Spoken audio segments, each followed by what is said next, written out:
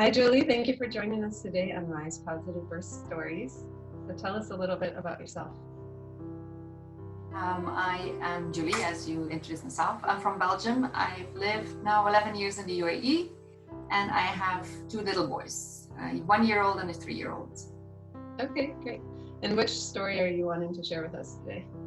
Or both? I think you want to have a positive birth story, right? So actually both of my births were very nice, but I think the last one was the most amazing one because it went so fast and I was so relaxed and everything was just great. The day before I delivered, I went to see my doctor, and he actually told me that I was having contractions, but I didn't feel anything. Okay. So that night, on the 22nd at 3 a.m., my waters broke and went into the hospital. And I think it took about an hour and 20 minutes that I was in the hospital, and my son was there. So you went right away after your water broke, or were you at home? My water broke, yeah. And then half an hour later, I think we left. And I was having contractions, but not very strong ones. But they had advised me from the hospital, if your waters do break, come straight away. Okay. So I went and they checked the dilation. I was 8 centimeters when I arrived. Great. And I think everything happened while I was asleep, actually. So I didn't feel much. I was lucky. And I had the most amazing midwife as well. She was the midwife for both of the births of my boys. Oh, okay. Absolutely everything that I asked for. I informed her of the fact that I did hypnobirthing and I had a birth plan. She followed everything to the T.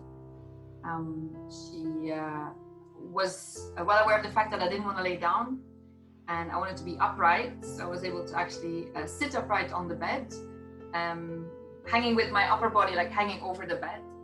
And she helped me in the most amazing way by massaging me, by doing everything that I asked her to do.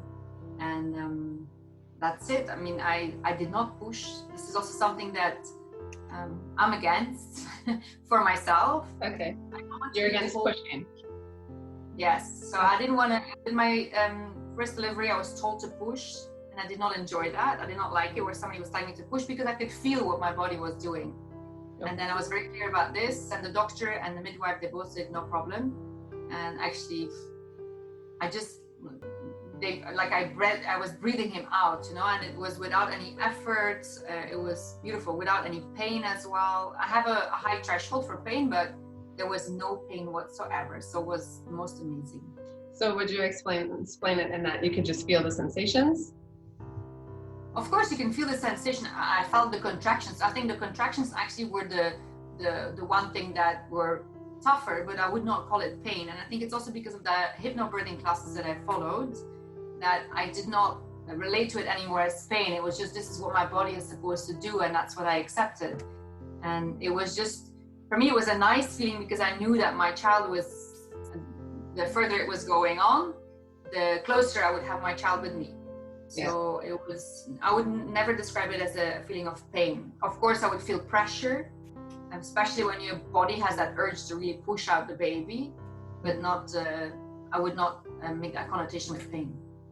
Nice. Okay. So when you felt the pressure to push out, how did you do that? Because you're saying you used breathing instead. Yeah, I was just quiet, and I was just not the breathing like what you see in the movies. I just calm breathing, just long breaths, and that was it. My body was pushing out the baby itself. I didn't have to put additional pressure to push the baby out. And it was a big baby. So I know a lot of women are sometimes scared into the fact that your baby is big, you're gonna have to have a cesarean or whatever. A baby was 4.25 kilograms, and it was like nothing. So it was amazing. Somebody said once, and I loved it, that big babies are just like butterballs, that they just slide out. Because of the fact that it's easier. I don't know, I think it's also the fact that the hypnobirthing I've done made me so relaxed. And then the midwife, I knew her, she had been there for my previous delivery, and she did everything I asked for. So I think the combination of that just made everything perfect. Oh, that's amazing. So you did the hypnobirthing for just the second one, or did you do it for the first one as well? Only for the second one, not for the first one. And did you notice a big difference between the two? Huge difference. Okay. Because also I was more aware of what my body was doing. By doing hypnobirthing, I was also a lot more confident in myself. The hypnobirthing course that I got was done by a midwife as well. So she also gave me some medical information. And she also told me, speak up. If there's something that you do not want, you need to speak up. And I think this was also the big difference with the previous delivery. With my previous delivery, I had an episiotomy done, which was for me not a nice experience to recover from afterwards. And this I wanted to avoid with all costs with this delivery that I had. If somebody would have asked, or with the doctor would have said, okay, I want to do an episiotomy, I would have asked why. And with my previous delivery, nothing was asked to me, and I was not able to ask why, so it was just done. And that's why. And the thing is, I chose that doctor because she was very against episiotomies. And then she still did one without informing me. So that was my fear. My biggest fear was to have again an episiotomy, because it took me about 4 months to recover from this. This time there was nothing. There was like a little tear, but nothing compared to the previous delivery. I was able to walk out of the hospital 12 hours after giving birth. Great. It was amazing. Amazing. Are there other tips that you have for what you did to prepare besides the hypnobirthing? I think what you need to do is disconnect from previous pregnancies and deliveries.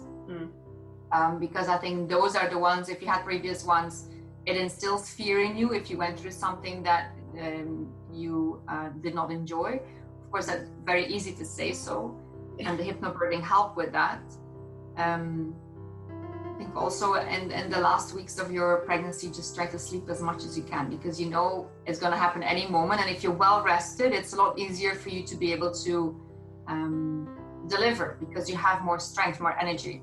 So if you can have anyone that helps you in those last weeks at home as well. I was lucky to have my mother here. So she was able to help me out a lot while my husband was still working full time. So I think that as well helped. Try to be as relaxed as possible. I think really it made such a huge difference. While I had my contractions and I was 8 centimeters dilated, I was shopping online for Carrefour, making a shopping list, because I wanted to make sure my mother had food in the house while I was in the hospital. Okay. So I think that's the most important thing, to be relaxed, not to think about everything that can go wrong. Right. Okay. Disassociate a bit from it. Yeah. Did you, for the second one, I know you're saying you did a lot of hypnobirthing, but were there still things you were apprehensive about, or did you kind of? No. The only thing was the episiotomy. I really wanted to avoid that. Okay. And the fact that the midwife, she actually helped me with massaging the perineum while I was delivering. I think that was also a huge help. So yeah, that was amazing. I must say as well, maybe that's something that not a lot of women are aware of. I use something that's called the Anibal, which is like a balloon that helps you deal with the feeling of how to deliver a baby. So you can start using that from 36, 37 weeks pregnancy, if your doctor, of course, says yes, it's fine for you to use that. So I use that as well to prepare, and honestly, that also helped, because when you have the crowning of the baby, that's what they say the most painful part. And when you are used to that feeling, then you're actually not that scared anymore, or you're prepared for it. Sure. Okay. How frequently did you use that? Every day. From when I was 37 weeks, every day I was using that in the evening, 10 minutes. That was it. Okay. Thanks for sharing. What do you think helped you the most? And again, here in hypnobirthing, but were there other things that you think had a big impact? I think it was a lot of unconscious with the hypnobirthing, was unconscious because of the MP3s that you listen to in the evening. I would listen to those, and then I would fall asleep, and they would still be running while I was sleeping, actually. And I had a lot of positive affirmations stuck everywhere in my bathroom, for example. And I will say I'm not the kind of person that would normally go for this kind of thing. I'm a little bit skeptical, but I really think that helped me a lot. And outside of the hypnobirthing, I think just to also have a calm environment. Like you need to have your husband informed of what he can do, cannot do, what you like. If you do hypnobirthing, the best thing is, of course, if you can join you. For me, unfortunately, that was not the case. So I tried to inform it as much as possible myself with the book that I had. just to have a very supportive environment. I think that's very important.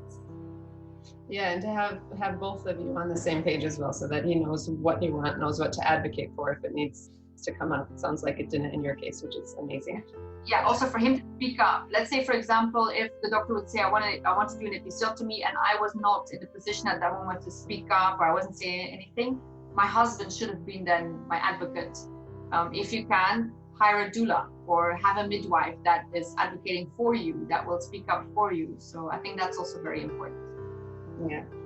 Yeah, I agree 100%. Is there anything that surprised you the most about the whole experience? How easy it was. And I know when I say this to my friends, they don't like it when I say this, because most of them, they didn't have a delivery like this, but honestly, it was so easy, and I was shocked at how fast it went. I think I bred 5 breaths, and that was it. Baby was out. For the pushing, you mean? From when you Yes. felt the first sensation to push to when you, Yeah. Okay. Yeah. Right? That's it. And how did it make you feel afterwards, after you accomplished the birth that you had wanted? Very empowered. Empowered because I think every woman should be able to have a delivery like this. We from a very young age, we're always being scared at giving birth. You know, when you watch a movie, you always see women screaming, and I think this is horrifying. Of course, there are women that use noise and they need to do it, but I just want women to know that it can be done in a completely different way from what they see every single day in the news or in movies or series. It was empowering, and so happy that I was able to deliver the way I wanted to, the way I had planned to, because we always have a plan, but sometimes things don't go according to plan. If I was ready also for a cesarean, for example. Mentally, I was prepared for it. Okay. But yeah, I think that's about it. Amazing. Do you have any last advice you'd like to share? If you can, do a hypnobirthing course. If you cannot, because not everybody has the means to do so or has the time to do so, try to invest in resting as much as you can and reading up on what your body is actually doing when you're delivering. Make sure you have a good relationship with your doctor or the midwives that you will be with. Have a tour of the hospital so you know what you're prepared for as a first-time mom, for example. Get acquainted with your environment and make sure that the people around you are supportive of you. If you have somebody around you that's not supportive, try to not have them in the delivery room with you. Yeah, I've seen parents kick people out, which is fine. Yeah, sometimes you have family that are a bit pushy, like for example, a mother-in-law or your mother, and they want to be there. I think as a woman, you need to be prepared to speak up. Yes, I love my mother, but no, I don't want her in the delivery room with me because I feel like it's something between me and my husband. And everybody is different. Some people don't mind having all their sisters there and their mother, but you need to speak up. If there's something that bothers you, you need to speak up because it will have an impact on your delivery. Yeah, absolutely. In ways that you wouldn't think of, like maybe even the hormones change because you're a little bit nervous or apprehensive. Anything that might tense you up is going to change the whole delivery, I feel. Yeah, 100%. Amazing. Thanks so much for sharing, Julie. Oh, that's great. I love it. Thanks a lot. Thank you.